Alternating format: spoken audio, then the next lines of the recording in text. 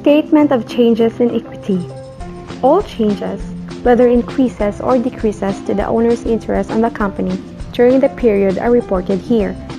This statement is prepared prior to preparation of the statement of financial position to be able to obtain the ending balance of the equity to be used in the SFP.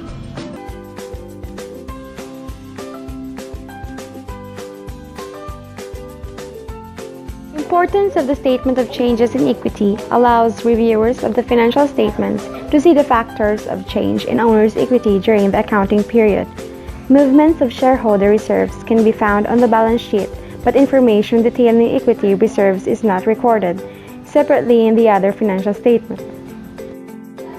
Examples of this information would include share capital issue and redemption, effects of changes in accounting policy, correction of prior period errors, gains and losses not reported on the income statement, dividends declared and bonus shares issued within the accounting period.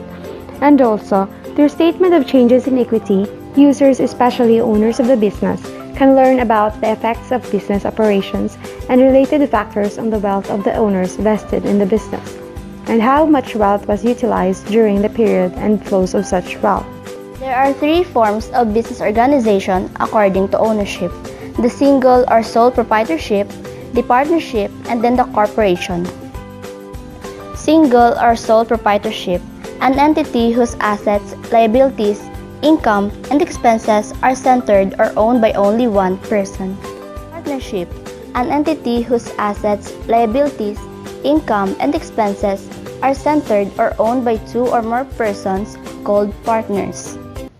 The last form of business organization is the corporation, an entity whose assets, liabilities, income, and expenses are centered or owned by itself, being a legally separate entity from its owners.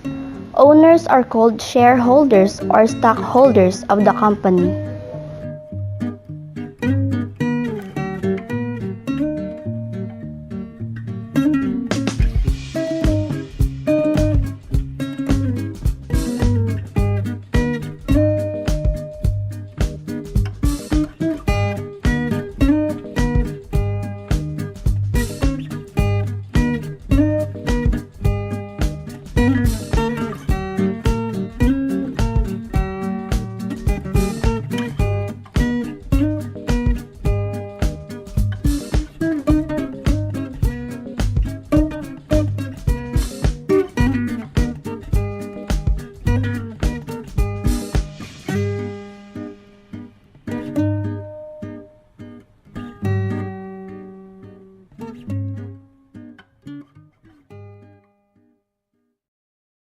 Created using Powtoon.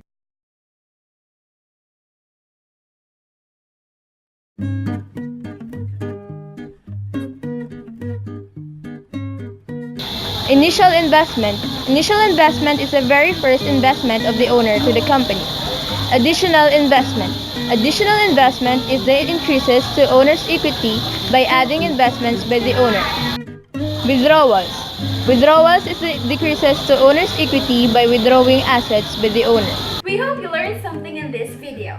Thanks for watching!